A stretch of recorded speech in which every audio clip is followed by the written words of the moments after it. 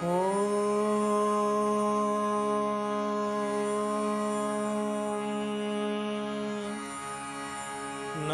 Shreyati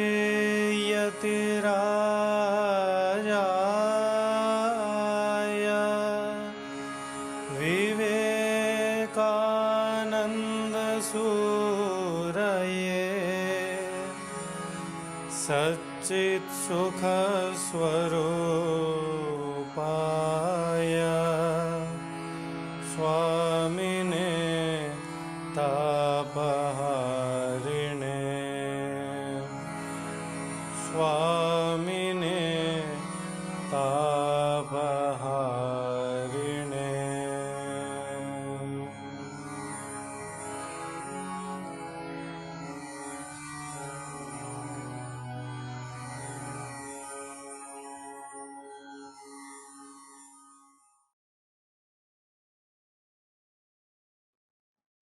Namaste.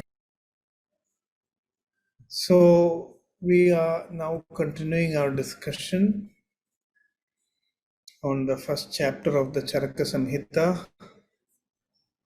So we reached that point where Bharadwaja obtained this knowledge of Ayurveda from Indra, and he comes back mission fulfilled and conveys this knowledge to the rest of the sages. So here also the concept of dissemination is actually very important. The knowledge has to be disseminated so that it reaches the whole of creation. So that's another important aspect. It's not just that a few people learn. So even in the Caraka-Saṁhitā, at a later stage, it is mentioned who should study Ayurveda. So Brahmanya, Rajanya, Vaishya, and Sarvaihi. So Shudra, everybody is asked to learn Ayurveda, because it is only by becoming aware of this knowledge that health can be obtained. So disseminating the knowledge and empowering the individuals is extremely important. If Bharadwaja has obtained the knowledge, he cannot keep it to himself.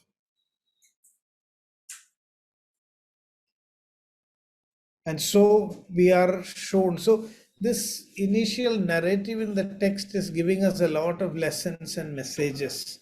It is creating that whole, it is painting that whole picture of how, the knowledge of Ayurveda can be discovered. What are the qualities of the person who is going in pursuit of the knowledge of Ayurveda?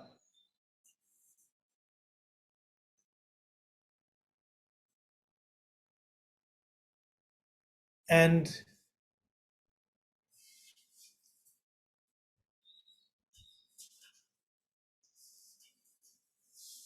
even though it is not possible for everybody to maybe grasp the original knowledge in all its entirety, it should be shared to the extent possible to the rest of humanity. That's the spirit that we see here.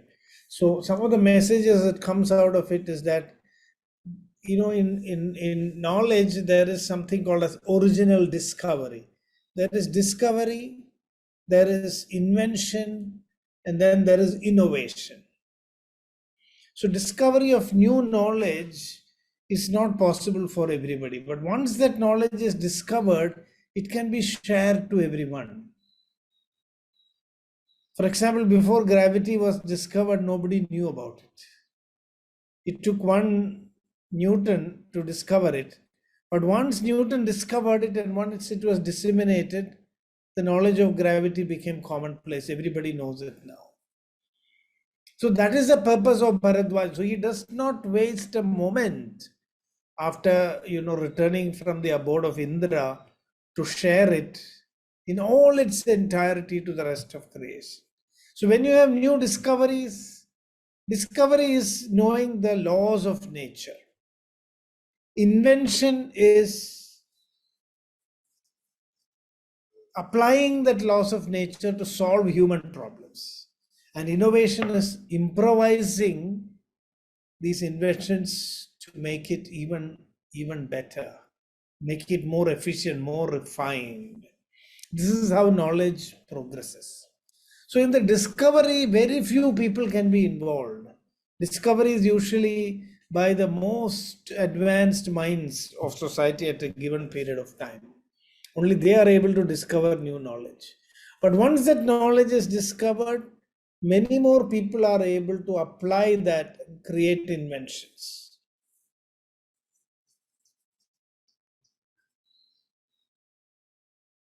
And once the inventions are made, it's even more easier now to innovate and improvise them.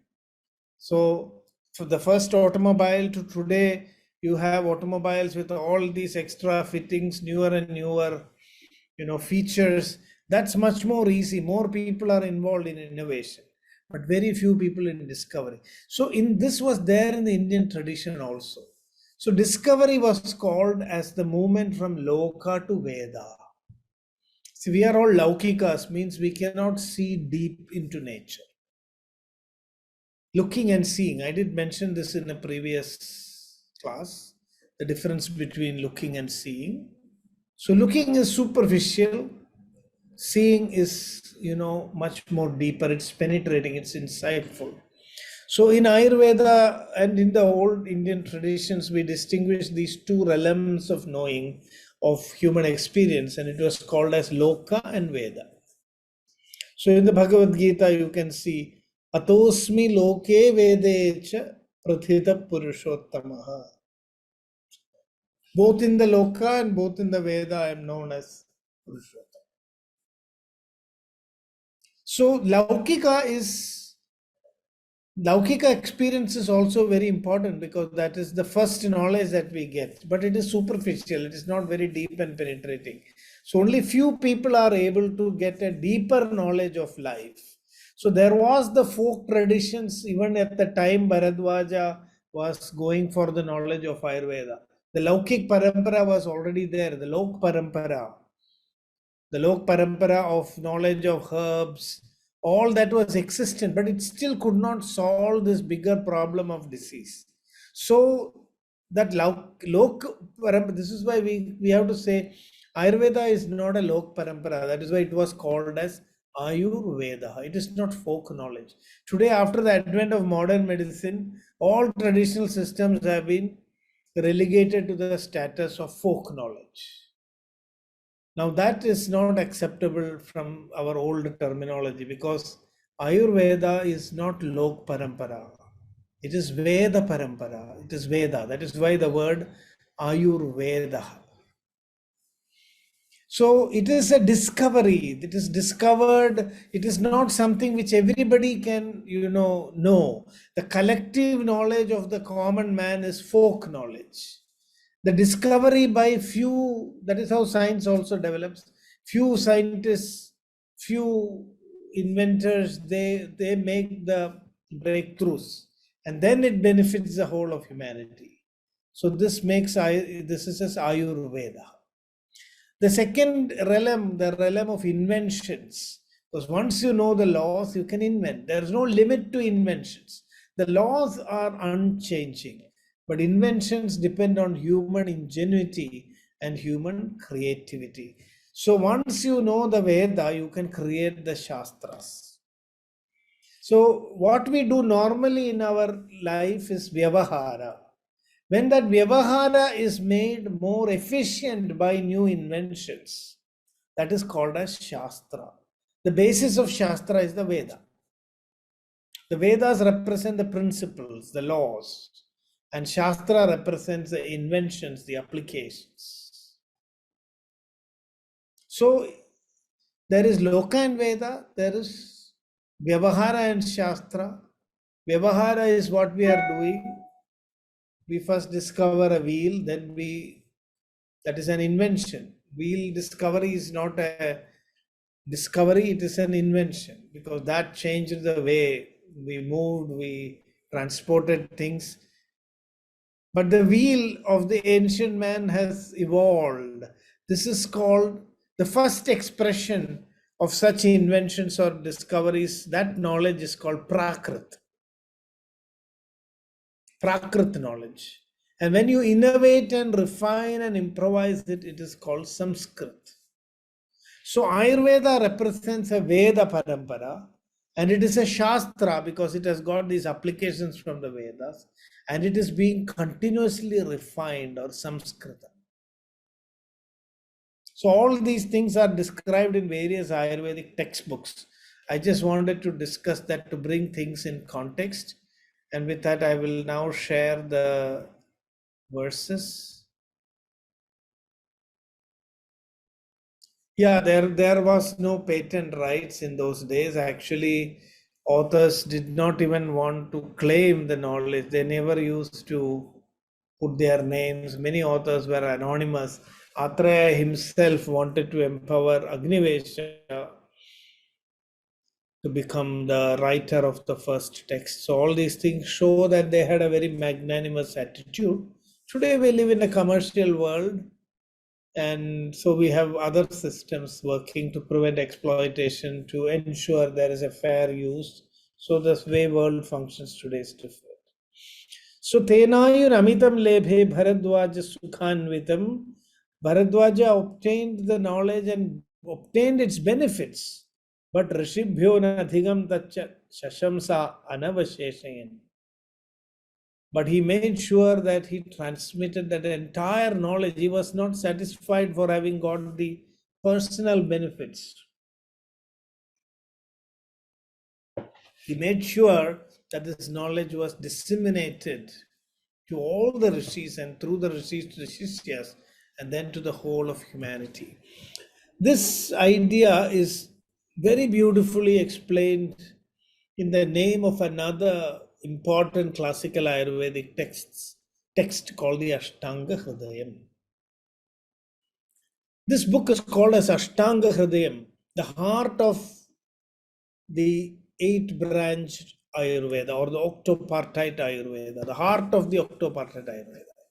So there, this idea of dissemination is again so beautifully conveyed. In that text,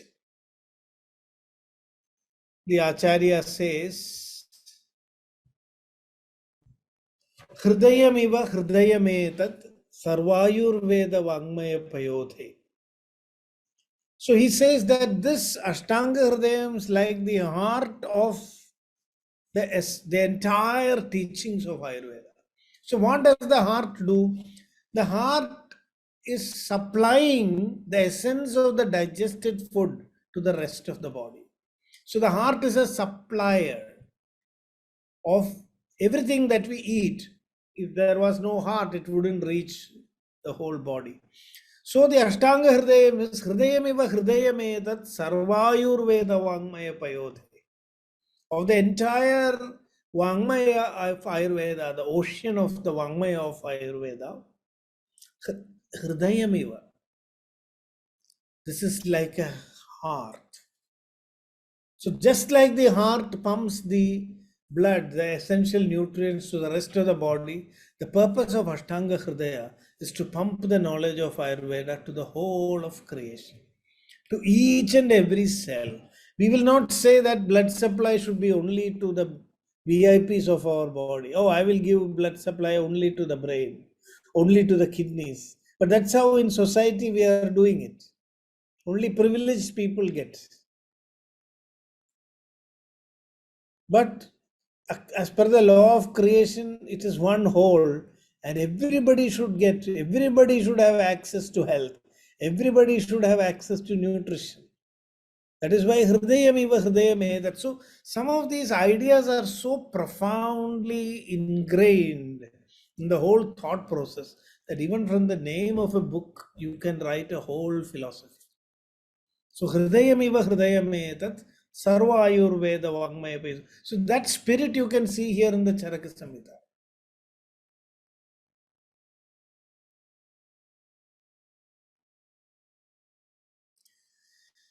Yes. So Kalyana Krishnan is asking that since Indra is manifestation of heightened consciousness and Rishi Bharadwaja was an Ugra tapas, can we say that Ayurveda was revealed to him in the same manner? I guess we can think so. That is why Panchamam Veda Isa. Ayurveda is even considered as a Panchama Veda.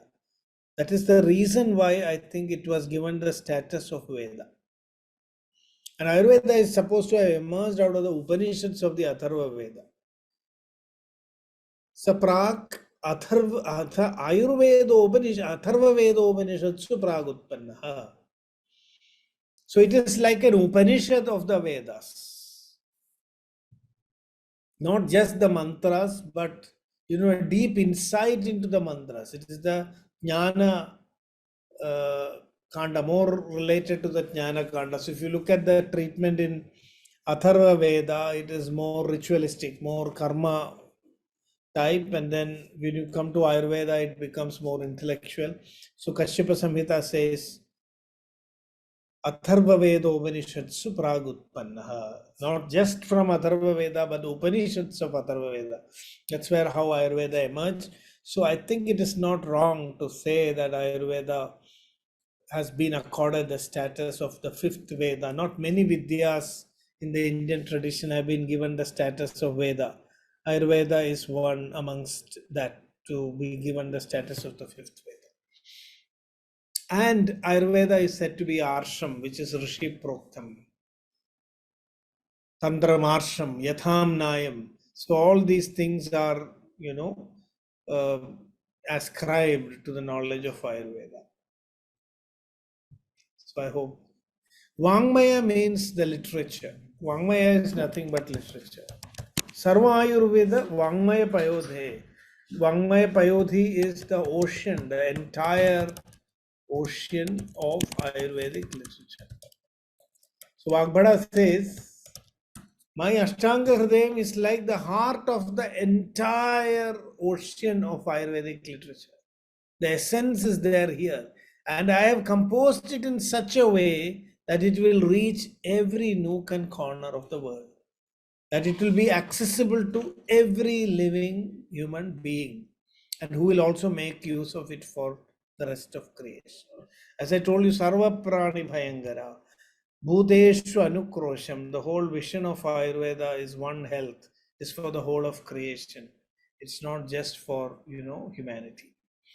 So Rishibhyo Nathigam Tacha Shasham Sana Avasheshayan. And in Ashtanga Hridayam also Vagbhada says, Kritva Yat Shubham Aptam Shubhamastu Param Tado Jagada. That same idea you can see here in line 1. Tenayur Amitam Lebhe Bharadwaja Sukhanvitam Kritva Yat Shubham Aptam. Having studied and Ayurveda and written the book Ashtanga Hridaya, Vagbhada says, I obtained a lot of Shubham.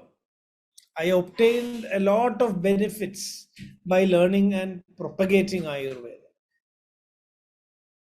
Kritva Yat Shubham Aptam Shubham Paramastu Tato Jagata.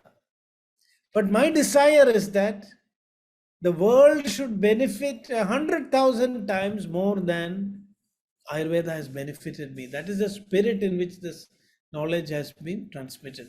So in that one line, Tenayir Amitam Lebhe Bharadwaja Sukhanvedam is the personal benefit that Bharadwaja obtained. Rishibhyo Nadhigam Tacha Shashamsa Anavasheshayan is his attempt to make sure that others also benefit. So that selflessness in which Ayurveda was transmitted is reflected here.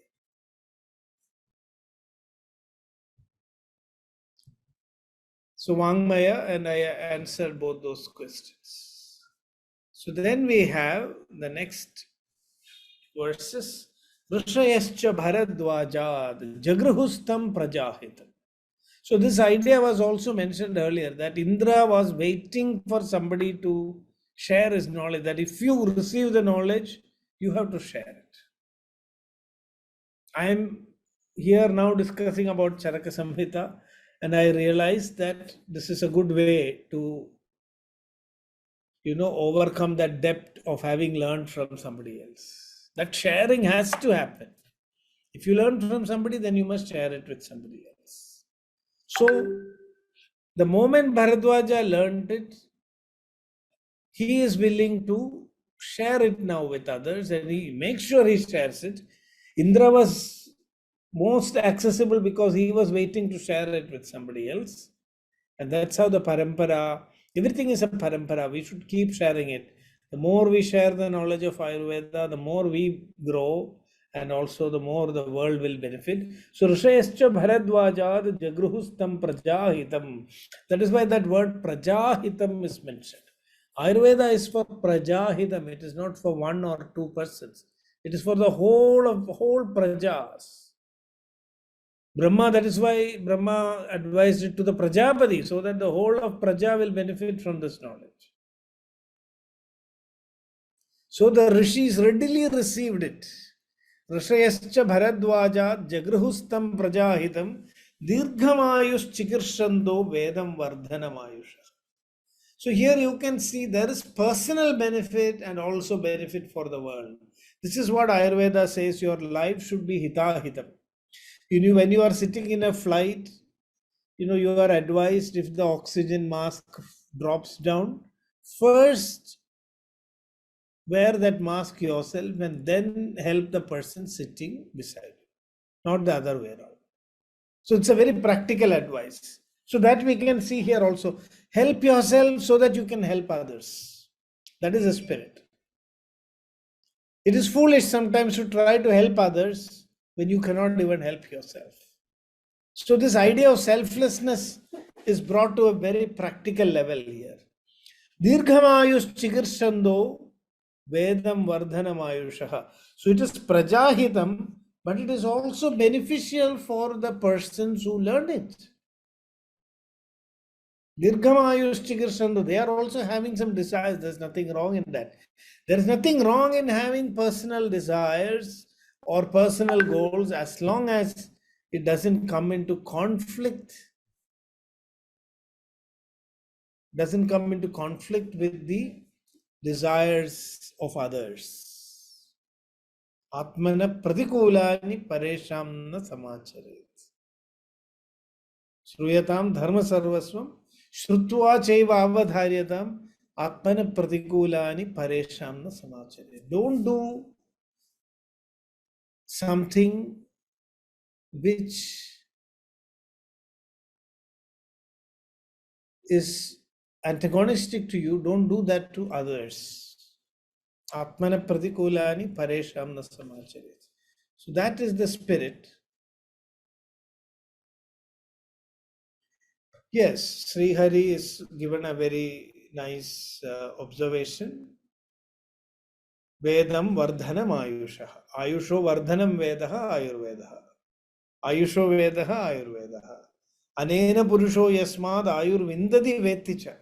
That is also Ayurveda. So many such definitions have been given. Ayushyani anayushyani cha dravya guna karmani vedayati atopya Ayurveda. So many ways Ayurveda has been defined. Hidahidam sukham dukkham ayustasya hidahidam manam cha tacha yatroktam Ayurveda sauchyate is another definition of Ayurveda. So this is also a beautiful way of explaining Vedam Vardhanam Ayushaha. One aspect of Ayurveda. I won't say this is the most comprehensive definition. One aspect of the meaning of Ayurveda is Vardhanam Ayusha. Ayusho Vardhanam Vedaha. Dirgham Ayush Chikirshando. The rishis were wanted to fulfill their... So it's not a selfish desire to want to live long. What makes it selfish? If I want to make use of all the resources of nature for my own selfishness, then my desire to increase my lifespan is not justified. If I want to live long to achieve the higher goals of human life, then my desire to live a long life is well justified. So the rishis' desire to live a long life, Dirghamayush Chikirshando, Vedam Vardhanam Ayushaha, is fully justified because they are not thinking of living long so that they can eat more, so that they can make merry more, so that they can, go on a vacation and enjoy life more. They can marry many women and enjoy. That's not the intention of the rishis. That is the state in which this knowledge, manifests. Like Nachiketas was offered all the riches that any human being could think of. And Yama said, "Don't ask me for that answer about what is there beyond death. I will give you everything you want. A palace, all the beautiful women you want, all the riches that you want." But Nachiketas asked just one question. Will they all not be taken away from me one day? You say you are giving, but it's only for a short time. It will all be taken away from me. That discrimination is called Viveka. Knowing that everything that we will get will be taken away, it's all ephemeral, it will all disappear. So a rishi is a person who has this Viveka. And so his desire for living long has nothing to do with the pleasures of the world. It is to achieve the higher state of consciousness that they want a longer life. So Dirghamayush Chigirshandaha Vedam Vardhanamayusha. So their desire to live long is fully justified. And they are helping themselves so that they can help others. It is just like what they are doing is wearing the oxygen mask quickly so that they can look around and help anybody else who is in distress. So they help themselves so that others can also be helped. So this is the point where selfishness and selflessness converge. So one great reformer in Kerala, Srinarayana Guru, used to say, and I am tempted to quote that in Malayalam, Avanavan Atmasukhattin Acharikunavai Aparannu Sukhattinai Varename. Which means Avanavan Atmasukhattin Acharikunava. Whatever you do for your own pleasure, Aparannu Sukhattinai Varename, may it become the cause for the pleasure of others also. So what I do for my pleasure becomes the reason for the joy of others. That is a point where selflessness and selfishness merge.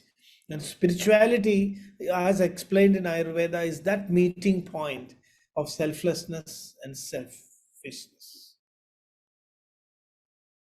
So Maharshayeste Dadrishuhu Yathavat Jnana Chakshusha. And these great rishis, they saw the truth. After this whole discussion, narration of Bharadwaja, the rishis discovered the eternal principles on the basis of which the whole edifice of Ayurvedic theory was created. So this is what we mean by discovery. They had to build the theory later. They got from Indra and that parampara, they got the insights. It's like discovering gravity. They still had a lot of work to do. And that is why Atreya sat and created the medical school. Dhanvantari sat and created the,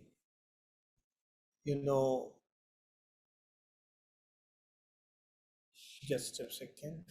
I'm sorry, that screen got lost.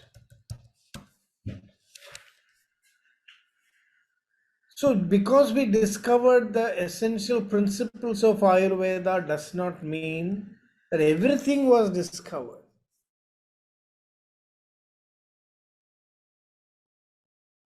They understood the principles and then they had to apply it. Even today, that is the situation. You cannot look into an Ayurvedic text and just pick out something and treat all the diseases that we have today. We have to use our intellect. We have to apply that knowledge. The laws are described, the methodologies are described, but we have to apply it. So what did the rishis understand? Not everything about Ayurveda. No, they understood the way, the methodologies. They understood the concepts.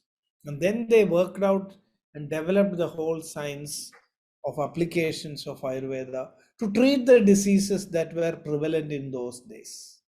And they have told us that the same principles can be applied from time and time again to deal with even new diseases that come. So we also have some work to do. Let us not think that everything that is relevant today has already been described in Ayurveda. The principles have been described. Nidana dosha dushyanam viparitam hitam dhruvan uktan gadan sarvan samyag yuktam niyachati. So Ukta Gadas are there. Many diseases are mentioned in the text. Anukta Gadas are also there. Many diseases that we are suffering from today have not been mentioned in the texts. But knowing the principles of Nidana, Dosha and Dushya, we can treat all of them. So you need to apply. So by that process of application,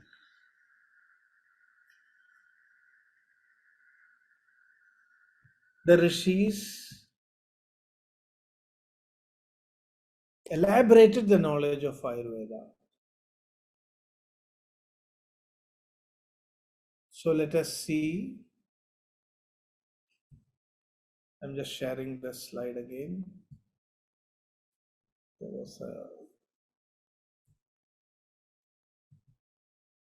Maharshayasте dadrshuhu yathavat jnana chakshusha samanyam cha vishesham cha gunan dravyani karma cha samavayam cha tatnyatva tantroktam vidhimasthita lebhire paramam sharma jividam chapyanitvaram. So the purpose of Ayurveda is so beautifully explained before I go to Samanya Vishesha. Lebhire paramam sharma jividam chapya nitvaram. They obtained both iha para loka sukham. Iha loka sukham as well as paraloka sukham. Lebhire paramam sharma. They achieved the highest goal of life. That is the only reason Ayurveda is considered so important. Not just treating diseases, but to take you to the higher goals of life. Lebhire paramam sharma jividam chapyanitvaram, as well as a long life. So they achieved happiness in this life and also the parama sharma, which brings fulfillment for all the lives to come and beyond. How did they achieve? So this is called as a tantroktam vidhimasthita. So today we are using Ayurveda for all nonsense purposes. Ayurveda skin ointment, Ayurveda toothpaste, Ayurveda that paste, Ayurveda hair cream, all this is fine. But is this the goal of Ayurveda? Tantroktam vidhimasthita.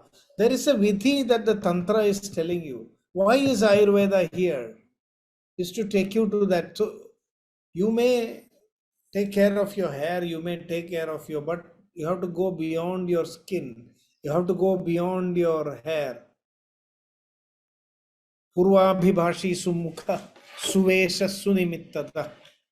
You have to be a Purvabhibhashi. You must wear a good dress, suvesha. Sumukha.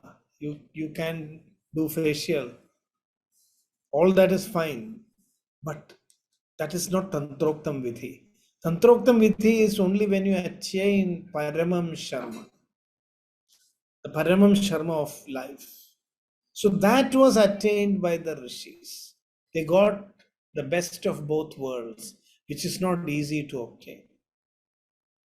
Andham tama pravishati ye avidyam upasate. Andham tama pravishati ye vidyam upasate. So people who go behind avidya, they enter into andham tamaha. And those who go into vidya also, they also. So without bringing this balance of the spiritual and the material, we cannot progress. So exclusive rejection of material life, exclusive rejection of your, because we cannot deny that we are body, mind and spirit. We are all the three at the same time. Of course, deep inside we are only the spirit, the self. But in our existence, we embrace the physical also. So the physical, the mental, the emotional, the spiritual, all have to be, accepted. And everything has to be given its proper place. Material life also should be given its proper place. And that is what the rishis have shown us. Lebhire paramam sharma jividam chapya nitvaram samavayam. So what did they find? They found that to study this whole universe, 6 padarthas, the knowledge of 6 padarthas are very important. Samanyam cha vishesham cha. We will study this in greater detail, so I will just give a very brief introduction. Gunan dravyani karma cha samavayam cha yat tat jnatva tantroktam vidhimastha. So they discovered the whole essence of Ayurveda and how to apply this knowledge by gaining deep insight into the 6 padarthas. So what are these 6 padarthas? I would like to start, we have mentioned here Samanya Vishesha. Samanya Vishesha is generality and specificity. Now this is a very important tool. This is how Ayurveda also studies the human body as well as diseases. Today, if you look at botanical name, there is a genus name and a species name. So Tinospora cordifolia, Tinospora crispa, Tinospora malabarica. Now Tinospora is the genus name, showing that, all these things have something in similar. There is something general about them. And cordifolia crispa malabarica is a species name, which is very specific. So differentiating similars from dissimilars, distinguishing generality from specificity is an important method in science. So Ayurveda also uses this method of Samanya and Vishesha. So when you want to distinguish between two diseases, you have to understand what is general, what is common about the two, what is unique about it. So commonality, uniqueness. All Shastra or science is about identifying unique characteristics. Without that, you cannot differentiate one from the other. So we need to continuously look for similars and dissimilars. This discourse is so common in all scientific enterprises. All scientific descriptions, move between Samanya and Vishesha. And so Samanya and Vishesha, they understood that this is a very important tool. And what is it that is similar and dissimilar? Qualities. Properties of substances are, we distinguish between two things by looking at their property, isn't it? Apple is sweet, mango is also sweet. So apple and mango have samanyatvam in common, but we know we distinguish between apple and mango. So mango is more sour compared to the apple. Mango is more juicy compared to the apple. In this way, we distinguish also between the two. So it is with the help of properties that we are distinguishing the various objects in the universe. So Ayurveda is a rational method. So what they discovered here is the way to acquire knowledge. Everything was not given in a silver spoon to Bharadwaja. Everything was not written down to him. He was shown the way. So he comes and says, this is the way to study.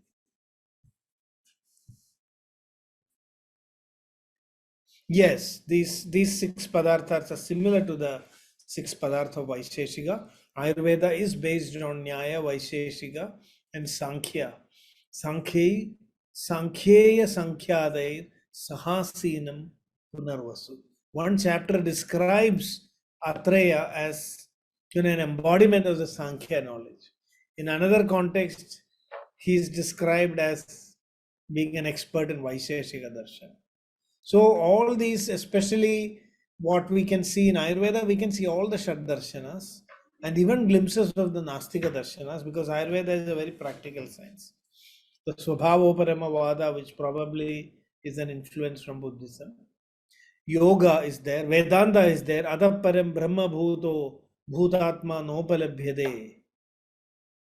Vimukta Karanai Sarver Chinnam Yasya Na Vidyate. So that complete dissolution that Sarvam Brahma. Brahma Satyam Jagan Mithya Jivo Brahmaiva Napara. That concept also is described in Ayurveda. But it is like a sopana. We are starting with Nyaya Shastra, Nayati iti Nyayaha. So Nyaya shows you the way, how to acquire knowledge. And as we start acquiring the knowledge, the first thing we learn is the Vishesha Jnana of the universe. Understanding everything as separate and discrete from each other. The world of diversity. That is what Vaisheshika opens to us. So Jnaya gives you the instruments of knowledge, and Vaisheshika opens up, the world of diversity. And we begin to slowly see the unity behind the diversity.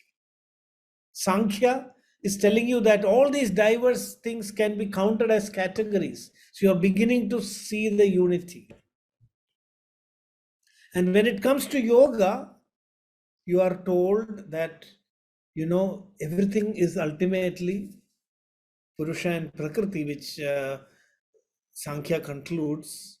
And yoga says that this difference is also, an illusion, and that you can actually have a complete union with the Paramatman. So that is why it is called as yoga. And then when we go to Vedanta, even the Prakriti is dissolving, because Prakriti is only an illusion, there is only one. So it is a movement from diversity to unity, if you look at the six darshanas. And Ayurveda has used that also to explain this whole development of epistemology. So in the beginning, it is when we are dealing with diversity, when we have to look at the diverse world, then Ayurveda uses Vaisheshika. In how to learn methods of knowing, validation, scientific methodologies, it uses Nyaya. And to bring more unity and classification, it uses Sankhya. And then to go beyond all this into higher levels of unity of consciousness, it discusses the concepts of yoga and Vedanta. So that is how the whole concept is there in Ayurveda. So samanyam cha vishesham cha gunan dravyani karma cha. So how do we understand samanya vishesha? Through the gunas. Apple is sweet. Apple is also sour a little bit when it is not ripe. Okay, so we'll have to say ripe apples are sweet, whereas sweet and astringent, whereas ripe mangoes are sweet and a little sour. Unripe mango is more sour than an apple. So there are similarities and differences. So this is how we distinguish and learn about different objects. And this becomes extremely important in treatment, because if you mistake two plants which are different to be the same, the results can be disastrous. One plant may be poisonous. So when you go to Vishesha, we go to the extreme of distinguishing between two dravyas. So using the properties, by understanding the properties, what are we distinguishing? We are distinguishing dravyas. It is dravyas or substances. The whole world is a collection of substances. These substances have properties. And by the virtue of these properties, they exhibit particular karmas or functions. And we are interested in the functions.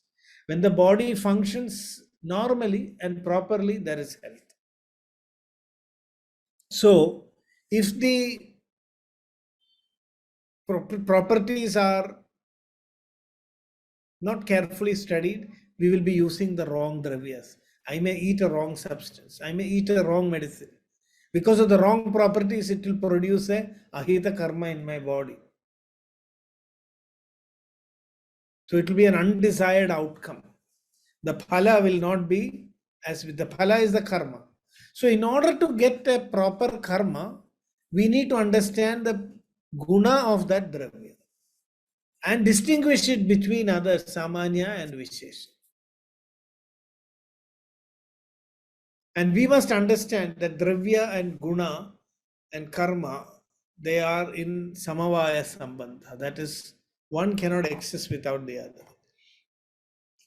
So ultimately, the dravyas become the agency of action. Vishak dravyani upasthata rogi pada chatushtayam. The four padas of treatment include Bhishak dravya. The Bhishak works with the dravya. And how does he use the dravya? Through this knowledge of the Shat Padarthas. So here you can see the application of Vaisheshika Darshana in the context of Ayurveda. How the Vaisheshika Shat Padarthas are used actually to develop the theory and the whole sum and substance of Ayurveda. So I'm going to use dravyas in my patient based on gunas which I am distinguishing from other substances.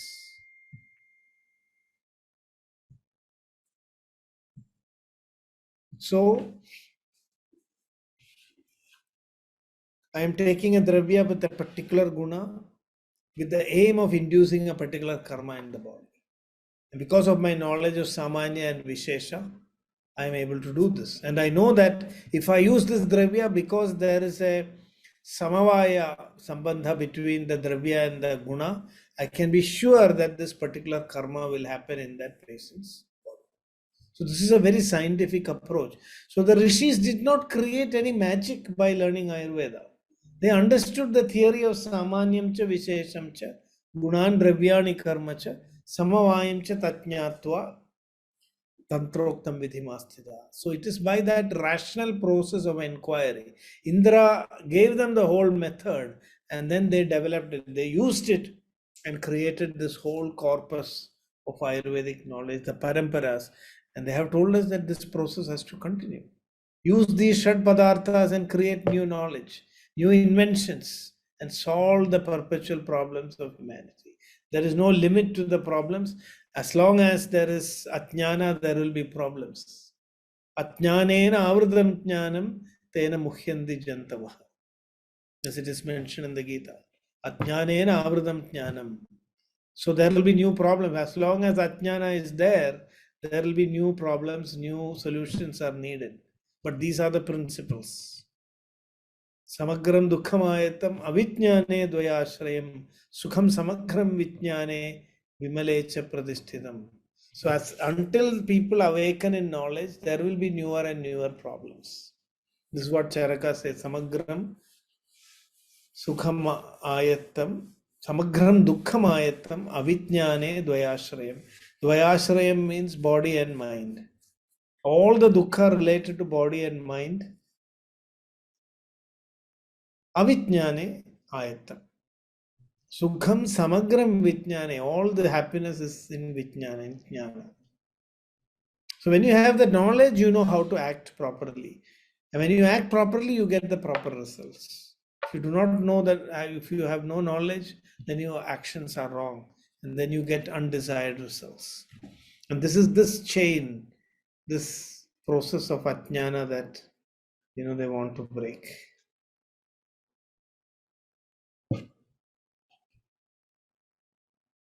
So after having obtained all this, and they have obtained the benefit, let me see, I think I pressed one too strong.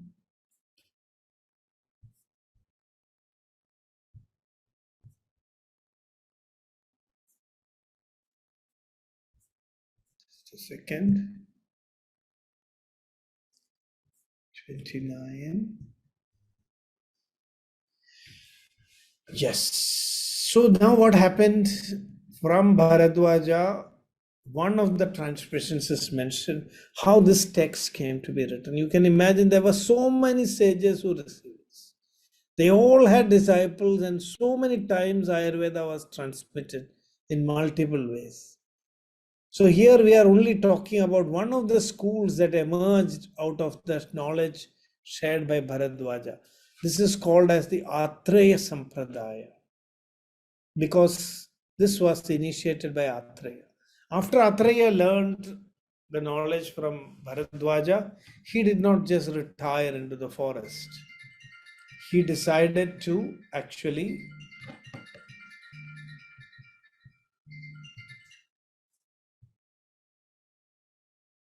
he decided to, just a second.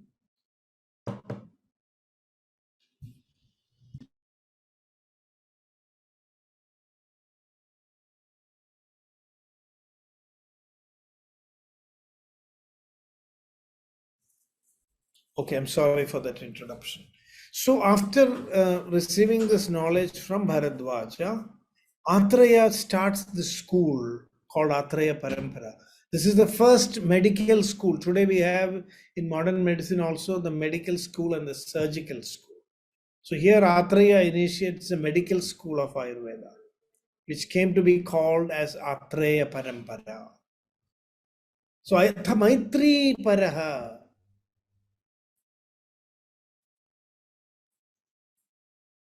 Maitri Paraha means what type of Atreya was also called as Punarvasu, Punarvasu Atreya.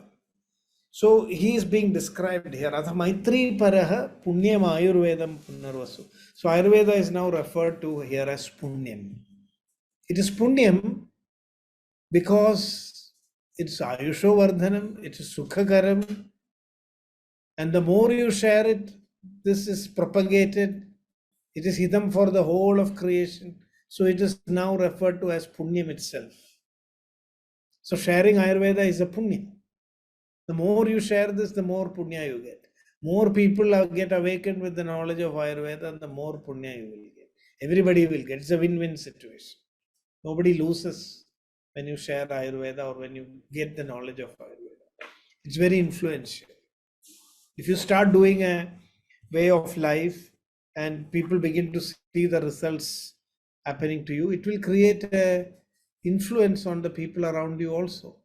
And they will also try to do what you are trying to do. So Ayurveda has a great power when you practice it. So it is called as Punyam.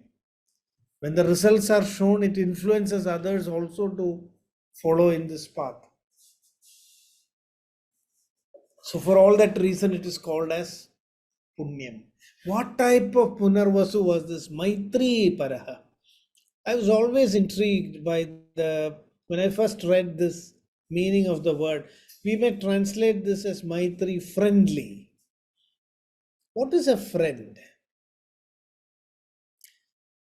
According to our tradition, a friend is one who thinks for yourself as he would think for himself or herself. Swartha buddhi parartheshu. If my friend is selfish for me, then he is a friend.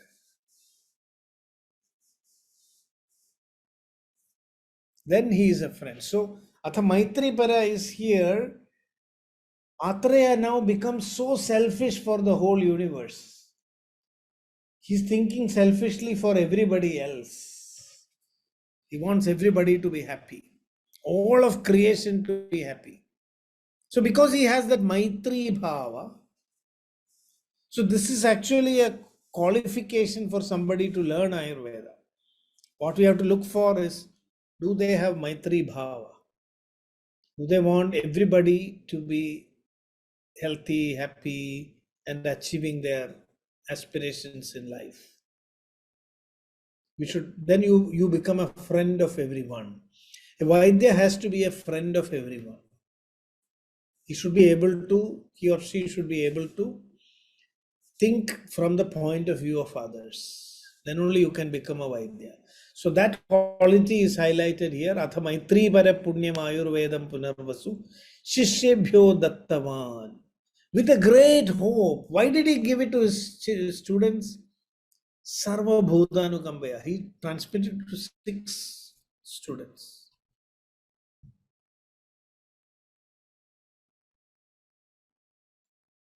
Sarva Bhutanukambaya. Out of Anukampa for the entire creation.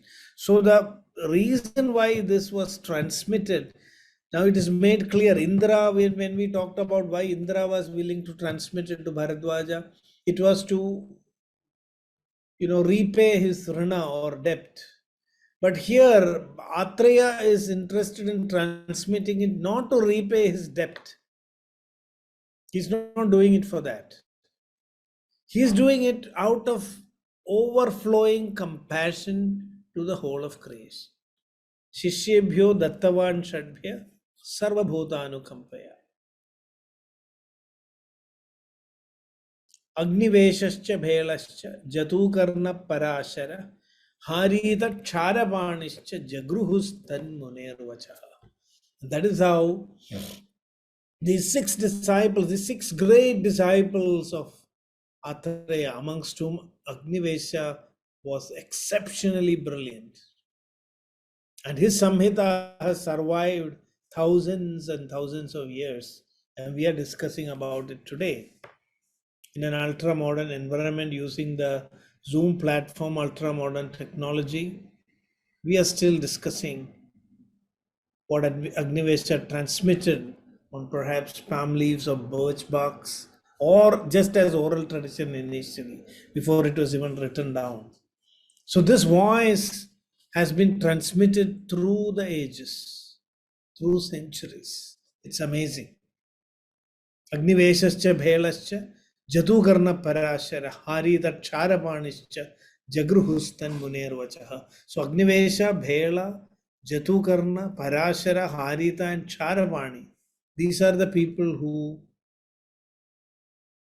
learned from Atreya, out of which only the work of Agnivesha, even that was lost but recovered, reconstructed, and is available to us today in the form of Caraka-Saṁhitā. Bheda's work is available in bits and pieces. Bhela Samhita is available. And already you can find a lot of information in Bhela that you don't see in Agnivesha's Caraka-Saṁhitā.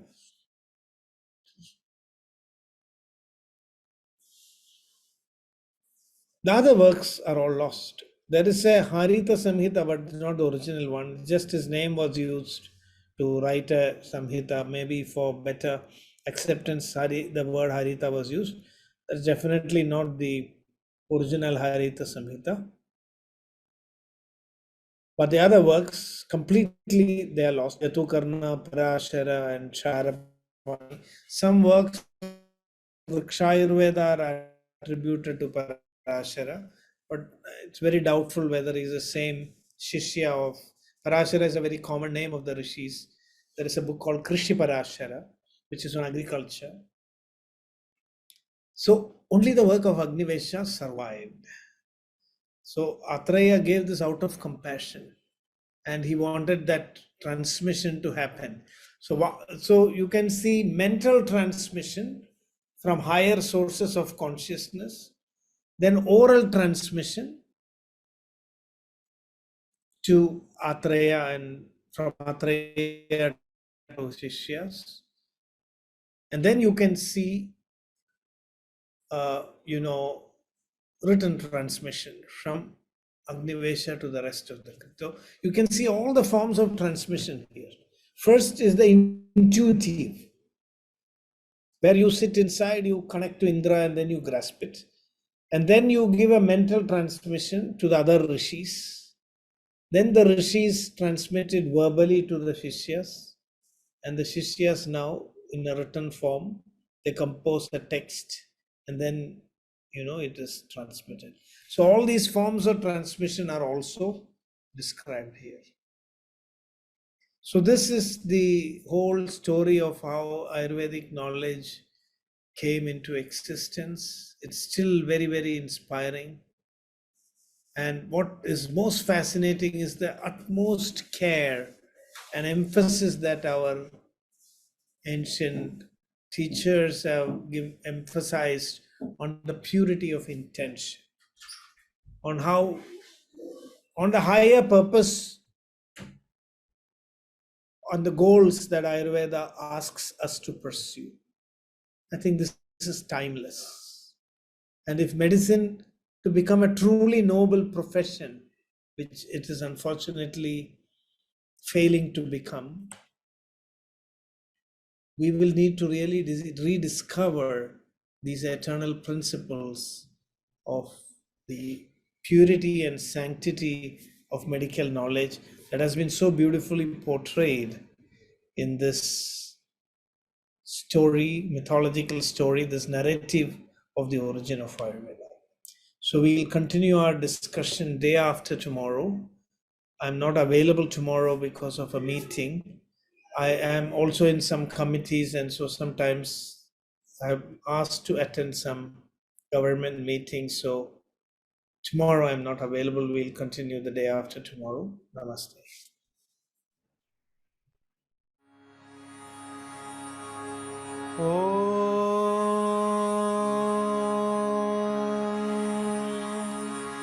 स्थापकाय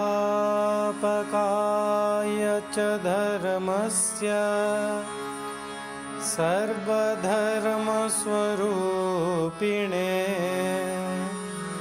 अवतारवरिष्ठाय रामकृष्णाय ते नमः। रामकृष्णाय ते नमः।